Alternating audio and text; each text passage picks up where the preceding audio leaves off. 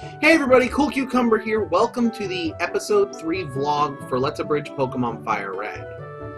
I sadly don't have nearly as much to talk about in this episode. I say that, but I have a huge list of things that I came up with to talk about. First of which being something that I knew I was going to have to address sooner or later. Again, all of my voices are on the fly, and my accents aren't to be taken literally. What I mean by that is, I know people that come from areas that supposedly have accents. I have a friend who is a Slav.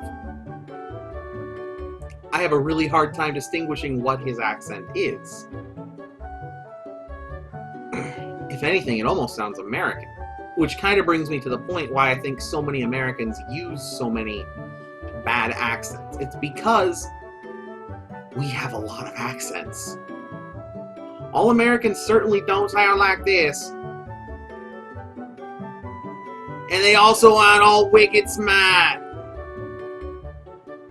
And they aren't all like Valley Girls either. We have a million different ways to talk because each state is practically its own country to my out-of-country viewers, if there are any of you.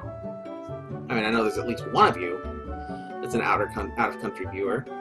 Keep on leaving comments from the UK. But so, if I use an accent that seems like a Hollywoodified accent, please don't assume that I'm trying to make fun or diminish or demoralize a certain group of people because I think they talk that way. I know better. I just like making funny voices.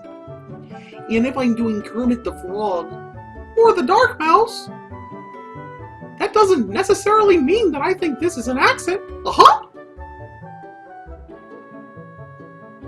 They're all just different voices. And so far, people have been pretty cool with that, which I'm glad. Some of the extra dialogue that I included, especially in episode 2, good lord, raised a few eyebrows, understandably so. I shouldn't have even recorded that. I was exhausted then. Speaking of which, it is after midnight while I'm recording this, so hopefully this vlog will come out well. The next thing on the list, the rocket with the Raticate. In the original games, he only has the one Pokemon. I am fairly certain. Actually, I'm going to make a cut really quick just to make sure.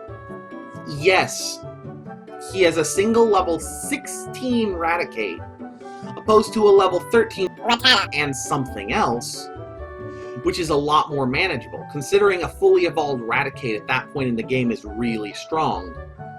It can easily knock out pretty much any Pokemon you can have got by that point in 1 or 2 hits. The only exceptions probably being Nidoking, Nidoqueen, if you have them, or a Butterfree, which can resist a couple extra hits. Or I guess also potentially a Geodude or a Graveler if you have one of those. Though you would have had to have just caught them in Mount Moon, so the odds of them being a high enough level to battle it by the time you reach the Grunt, unless you stop to grind, are slim. Originally, when I was planning to do this Let's Play, years ago, I actually wanted to play Leaf Green, not Fire Red. And the reason for that is that Leaf Green contains my favorite Pokemon, which is version exclusive, Sandshrew. But since I can't use Sandshrew here, I have plans for Sandshrew. I don't know if I'll ever get to that point, if I'll keep doing this, if I'll be able to keep doing this. If I am, and we get to that point and there's enough people that want it, I have plans for Sandshrew. In particular,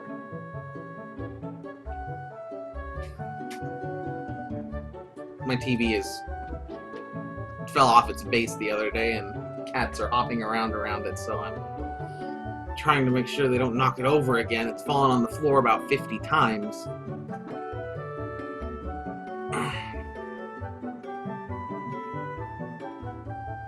Actually, I'm just going to place it on its face. Anyway, back to the list. The next item on the list is a controversial opinion that I have. A few years ago, there was an event within the Pokemon fan community called Twitch Plays Pokemon. In it, at first at least, every single viewer was given input on how a game of Pokemon played. You could enter down arrow, you could enter A, B, start, select. All of the buttons were mapped to the Twitch chat, which resulted in utter chaos, followed by tiny bits of progress that weren't halted by trolls. Now, I get it. Messing with somebody can be fun. It wasn't for me. Twitch Plays Pokemon never caught my interest. And that's the root of the comment that I made whenever I picked up the Dome fossil.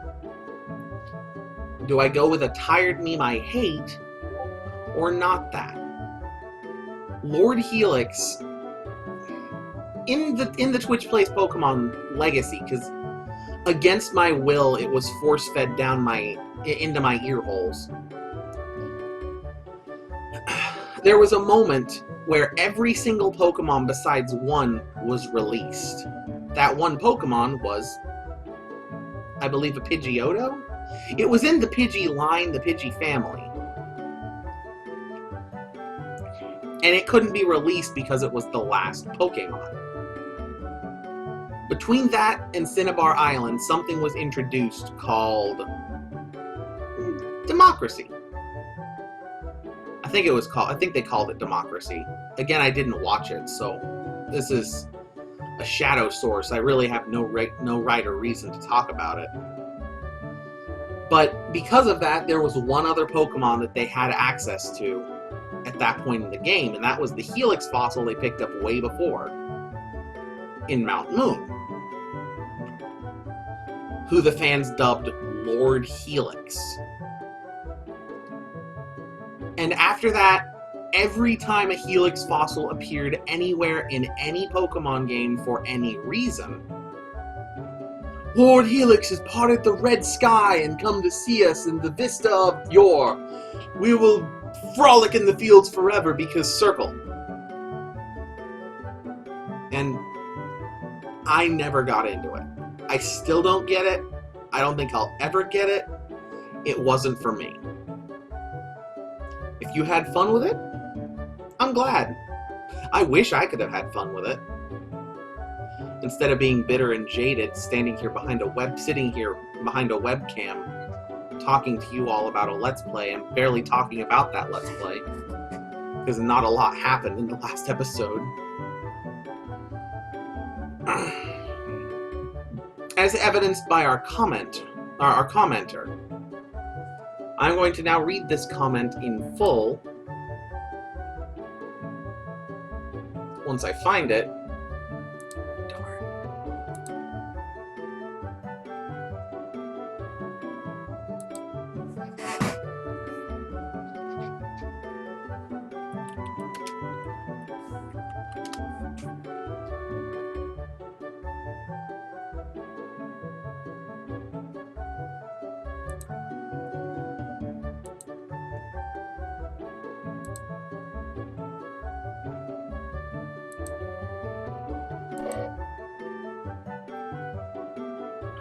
Okay, this is the direct comment. Little kids shouldn't be messing around with grown-ups. Hi, I'm Chris Hansen, and you're on Dateline NBC. Take a seat. Honestly, I didn't notice that until I was watching the episode and editing, that had some really skeevy vibes to it. Not nearly as skeevy as something that's coming up later, but still fairly skeevy. And I admit, it's weird. It's not right.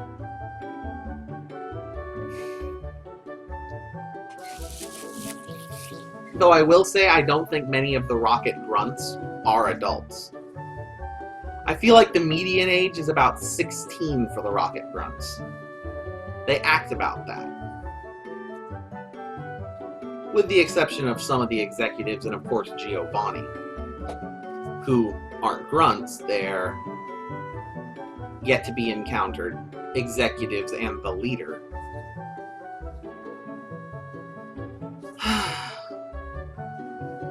I hope you guys are still enjoying this series. I really do. I know we had a long drought where we weren't able to upload videos while I was on an impromptu vacation for family reasons. Don't worry, they weren't negative. It was a good vacation. Nobody died, nobody was hurt. I just wasn't warned ahead of time, which is typical. Either way, thanks for your comment again, Callista Plays. I've been watching your Wolf Among Us Let's Play and your Dragon Age Let's Play, and I've really been enjoying both of them. They're really exciting. Not games that I would ever intend on necessarily playing on this channel.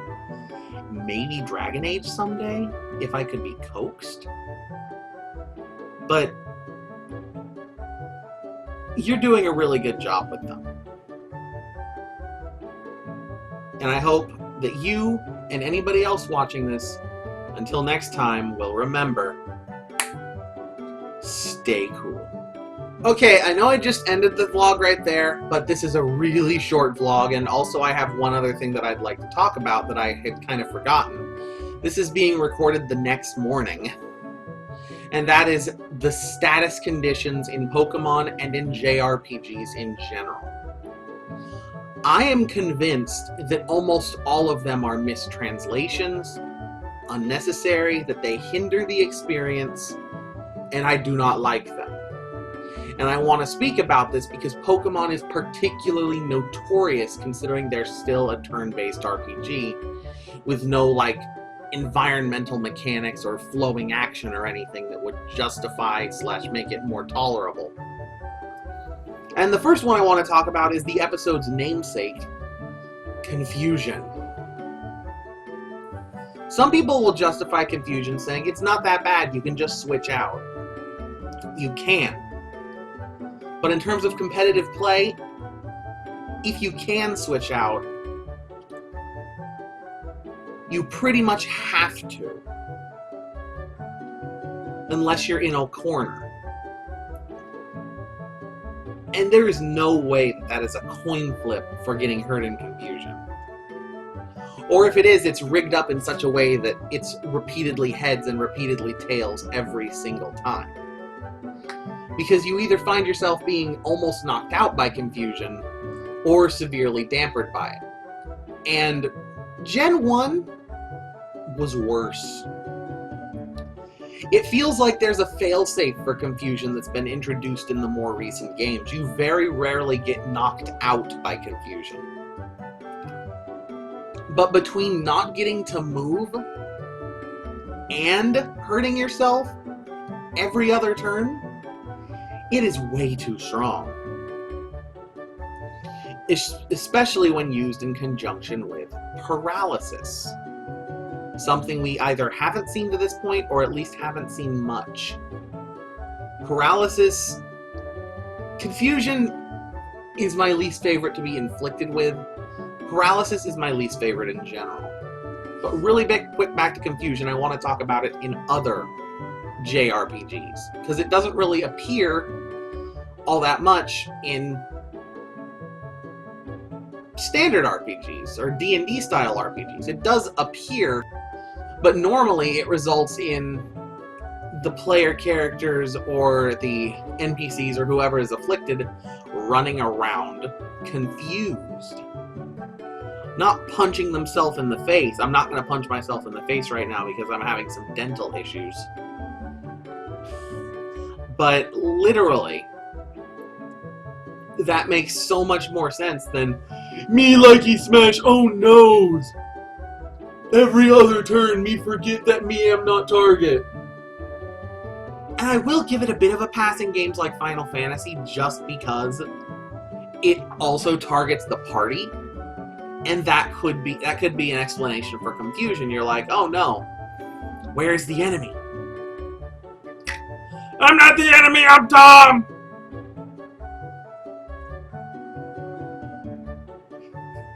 But With Pokemon, it is just miserable. I hate it. I don't dislike it.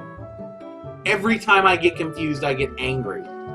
Every time I feel like I have to rely on a confusing move, I get angry. And one last thing to put, I keep on saying one last thing, but there's going to be a lot of last things. The thing that I think annoys me the most with confusion is that there is no resisting it. To this day, there is no Pokemon that is immune to Confuse Ray, with the exception of Pokemon that have the ability Own Tempo. When, in my opinion, the least viable type, Normal type, would be so much more valuable if they were just immune to Ghost type effect moves. If they were immune to Confuse Ray and immune to Nightshade. Yeah, there are Ghost type Pokemon, we haven't encountered them yet. And if you're wondering why I'm not using any normal types so far, I'm not going to use any normal types. To me, it is a pedestrian type, and I don't see really much any value in it, other than to be annoying.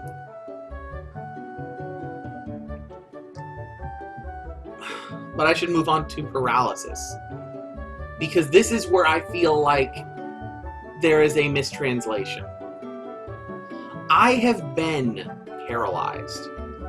I had a sudden massive stroke when I was 18 that nearly killed me, and has left me with durability and dexterity issues throughout the left side of my body to this very day. It's why whenever I pantomime or gesture, I almost always do it with my right hand. Hello, righty. Hello, lefty. I feel like Paralysis was intended to be named Stun. This is because Japanese as a language is very subjective. A lot of the words in the language can have totally different meanings based off of how they're used. One of my weeaboo childhood friend, and I call him that with all love, he informed me that while learning Japanese, the most frustrating thing is that there's a different word for almost every single number, depending on what the number describes. I don't completely understand what that means, because he didn't explain it much more beyond that. But, the long story short, it means that there's room for mistranslation, especially when translating to a language that is so non-subjective and so specific as English. There are very few words that mean a bunch of different things without changing the spelling. One of the few being bow or bow, but there not being many beyond that, and I think that Paralysis is supposed to be Stun, just because that makes a lot more sense. Every other turn you don't move, and you're a little dazed, you're a little stunned, so you don't move as fast because you're just instinctually being more cautious. Opposed to, you can never move again, which is what paralyzed means.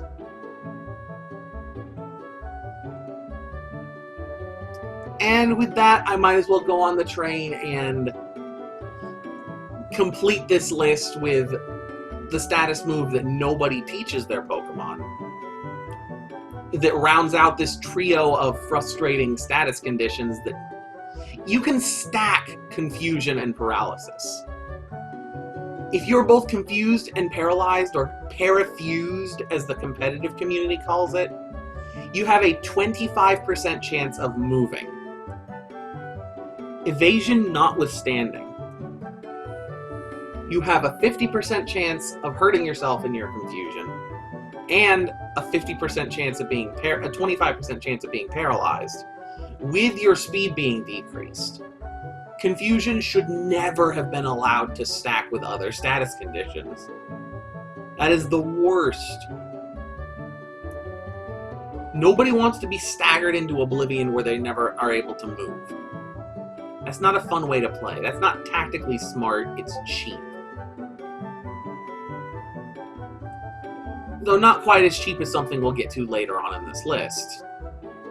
Because the third thing, which can also stack with both confusion and paralysis that I want to speak of, is infatuation, or often referred to as attract.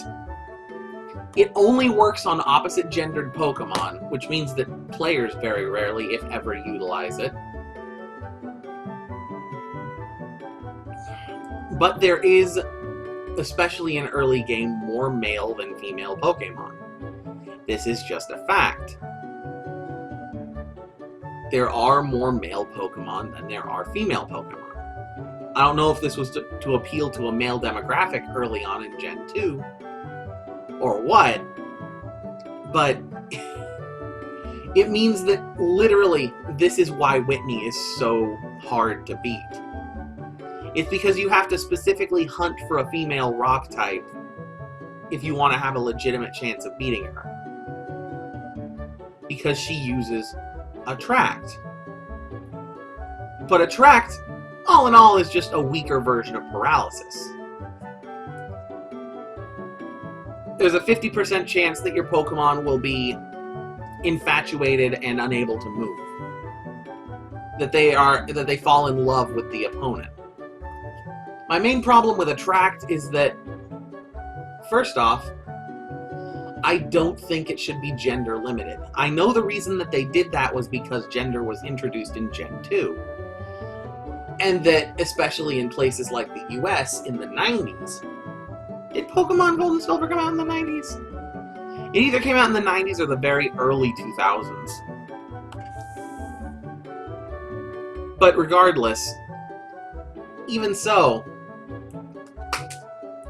I think you could have just called it, like, Starstruck or something.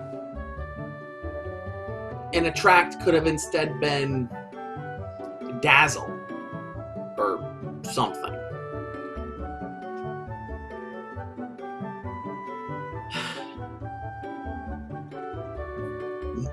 Only moving 50% of the time is fine. Except that, again, this can stack with confusion and paralysis. Which means, it means that you can have now a 15% chance that you'll do anything. You see where this is going, because the next thing is Flinch. Flinch, I think, is fine. I think it's named correctly. I think it's well implemented. Most moves that cause Flinch either have a serious drawback to them, like it being the only reason, the only effect of the move, like Fake Out, or they have a very slim chance of causing Flinch. I'm pretty sure Stomps is 30%. And that's one of the higher ones. Flinch is also not a permanent status condition, or a removable one, where paralysis remains with you the entire battle unless you heal it off with some move or some ability like Shed Skin. And both confusion and infatuation can be removed with swapping, where confusion also fades away after a few turns. It faded away after a lot more turns in the original game. But Flinch, I honestly think, is fine. My problem with Flinch is how ripe for abuse it is.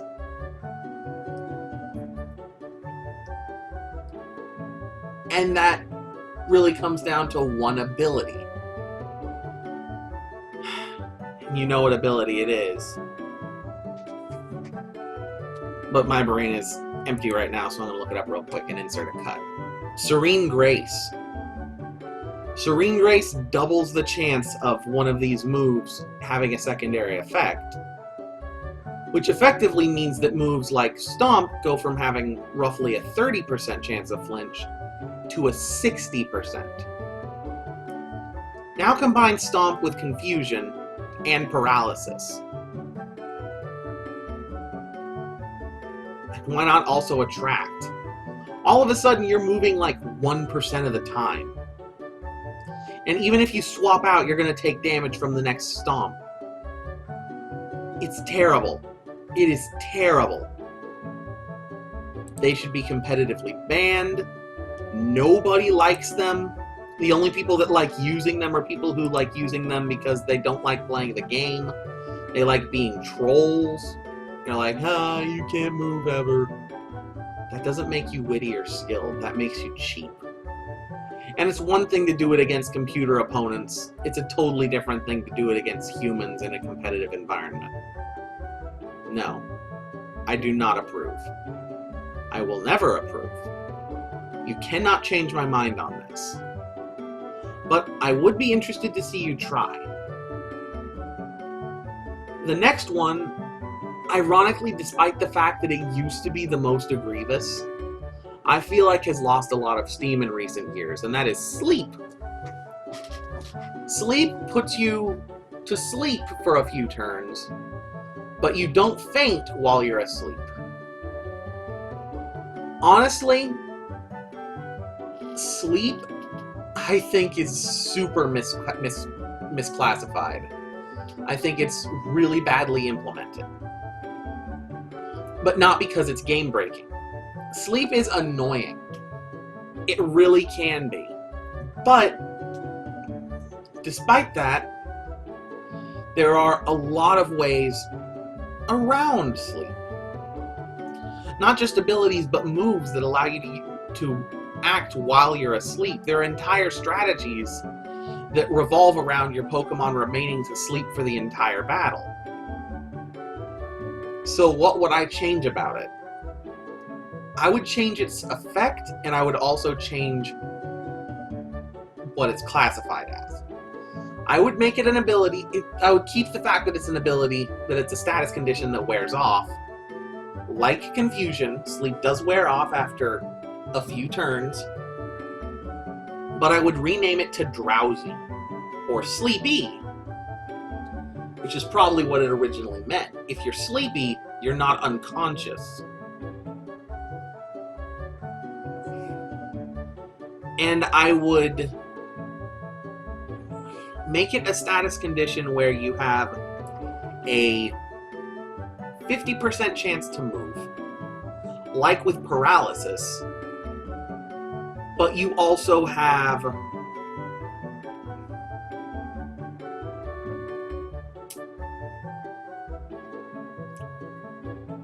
a 25% reduction to defense and attack.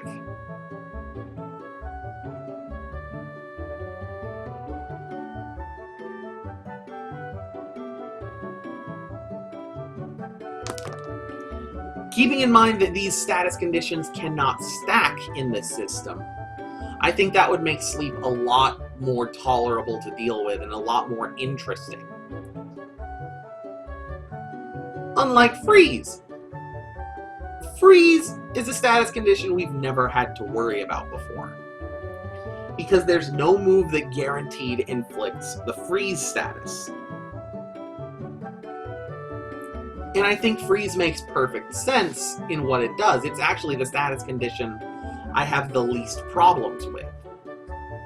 It freezes the opponent solid so that they can't move for a few turns while the ice thaws or they break out. In Gen 1, this was the best status condition, because the moves like Flame Wheel, Flame Wheel is the only one I know of off the top of my head, that defrost the Pokemon immediately, didn't exist. So if you were frozen, you were just frozen. And like with Sleep in Gen 1, there was no limit on how many turns you could be frozen. So this is a very good strategy or technique to use. Actually, it's the one a younger version of myself used to beat Pokemon Stadium's first round, Jinx versus Mewtwo. Jinx's Psychic subtype resists Mewtwo's Psychic attacks, and its move Ice Punch can cause freeze. It was the only way I was able to win the fight, Nowadays, I'm pretty sure I could do it without a psychic type at all. And by pretty sure, I mean certain. I just haven't taken the time to build a team. But freeze, I have no real issues with. The only issue that I have is that it never happens. So when it does happen, it feels cheaper than it is. When it's really just about the exact same as sleep currently is. Another reason why I think sleep could change, since freeze is just better, less common sleep. But on to the next one, burn. Again, this is one that I have really no problems with. Burn damages you in battle, so if you're moving, it hurts you. Or if your Pokemon is moving, it hurts them. And it also cuts the attack stat in half. This means that burns are really good in competitive play, but not detrimental to a casual or a competitive experience. If you get burned, you don't think, oh no, I feel cheated or slighted. You think, oh, that was clever. That they packed that move and they got the lucky burn, good for them. There's no real rage whenever a Pokemon gets burned. Despite the meme that was caused by Blaine that we'll see later on, you better have burn heal. The next status condition on this list, I actually have a lot of problems with. And it's for the opposite reason of most of these. I think that it's far too weak. Poison. You might have noted that I don't tend to take poison very seriously whenever it comes to playing, even whenever I'm doing the Let's Play. I don't think the Pokemon enjoy it, hence my so woozy talk for Koopa in the episode, but it does very little. It's one boosted effect in the old games in Fire Red and Leaf Green, Ruby, Sapphire, Emerald, Red, Blue, Yellow, Gold, Silver, Crystal, Green, was that it damaged you outside of battle. I personally think it should have done a lot more damage to you outside of battle even then, but more importantly than that, they took that out of later Pokemon games because it was seen as too mean, or perhaps too scary. And so poison became the weakest status condition. So weak that it could be preferable to intentionally poison your Pokemon with the toxic orb before by going into a wild battle and keeping them poisoned for a very long time just to avoid the other status conditions that cannot stack: burn, freeze, sleep, and paralysis. That's sad. So what would I do with poison? Honestly, I mean, I kind of already said it, I'd leave it as it was. Let Pokemon still continue to take damage outside of battle from poison, and increase that damage so that poison is more devastating in the single player. Then it can go on ahead and be the least impressive status condition in multiplayer. I don't care. Especially since there is a stronger version of poison that's still very viable in multiplayer. Badly poisoned, or toxic. Badly poisoned increases damage every single turn.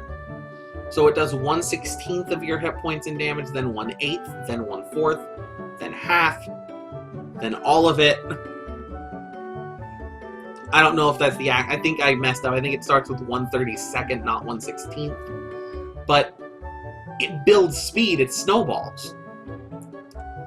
And when you combine it with Leech Seed in Gen 1 thanks to a glitch, Leech Seed also increases in damage every turn.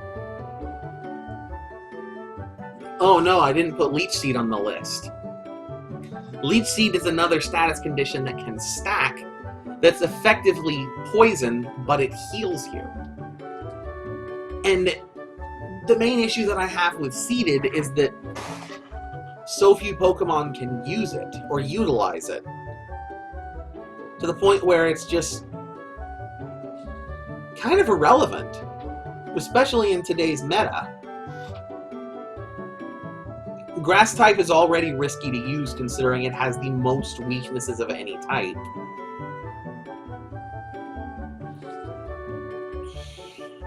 But I guess it makes sense. And I'm fine with Leech Seed being the way it is. I'm also fine with Badly Poison. Especially since switching out turns it to a normal level of poison, hence why the Toxic Orb, which inflicts Badly Poison, can be useful even in single-player play.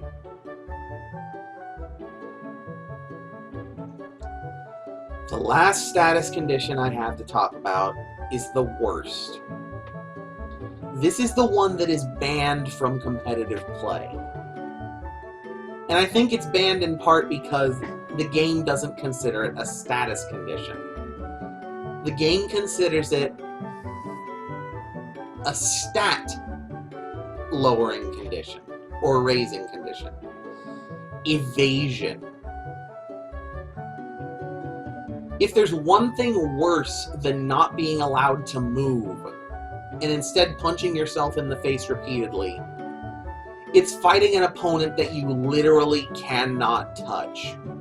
Not by clever design like the Sans Battle in Undertale, but because the probability of you hitting the target is so low that you just won't ever lay a hand on them. And what's worse with Evasion is that Sand Attack is one of Pidgey's first moves. In almost every single game, the Pokemon in the first two routes can learn some variation of Sand Attack that just make your life miserable. And since all of the trainer hobbyists in the early game use these basic Pokemon, you end up being in a situation where you have no choice but to just grin and bear it. There are moves that counter Evasion that some people would say, oh, we'll just teach all your Pokemon Swift.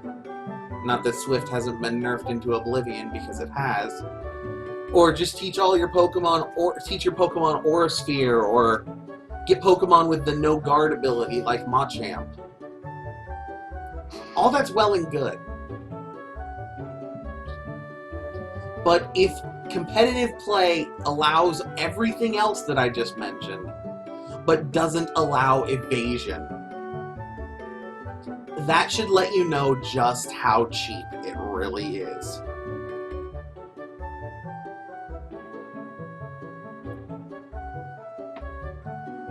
And there's a simple fix for it.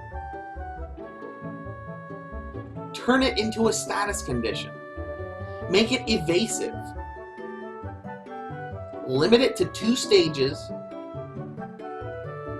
and have it wear off. Like sleep.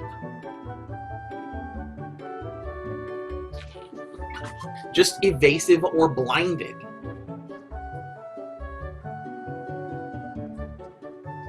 Evasive being a self-inflicted status condition that lasts for 2 to 4 turns, and blinded being a inflicted status condition that lasts for 1 to 3 turns. And after those turns wear off, Koopa rubbed his eyes.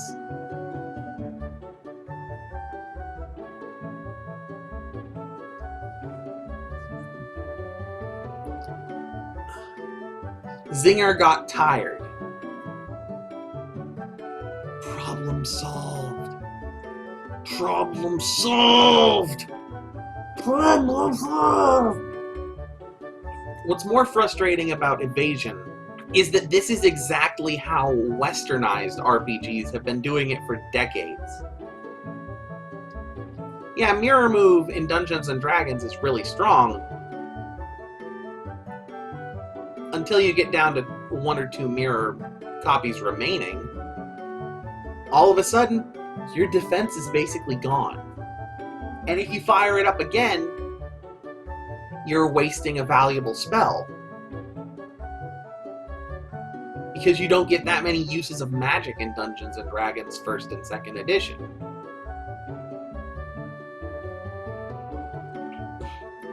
Or blinded. The West has been doing it right for decades. Please, I know you want to be yourselves, but don't be yourselves on this. Evasion is the worst. And when you realize that because it's status, it stacks with everything, both positive and negative evasion, stacked with confusion, paralysis, infatuation, flinch, you can literally have teams designed to the point where they just never take damage. Not because the opponent didn't raise their Pokemon well, but because the opponent has some kind of integrity. No, it's not okay. Don't do this. Please don't do this. I will continue to complain about this because I feel like it is not fun. And as Reggie Fils-Aimé once said, if it's not fun, why bother? Anyway. Yet again, I am still Cool Cucumber, coming to you from a different day to cap out the same vlog to tell you, still, stay cool.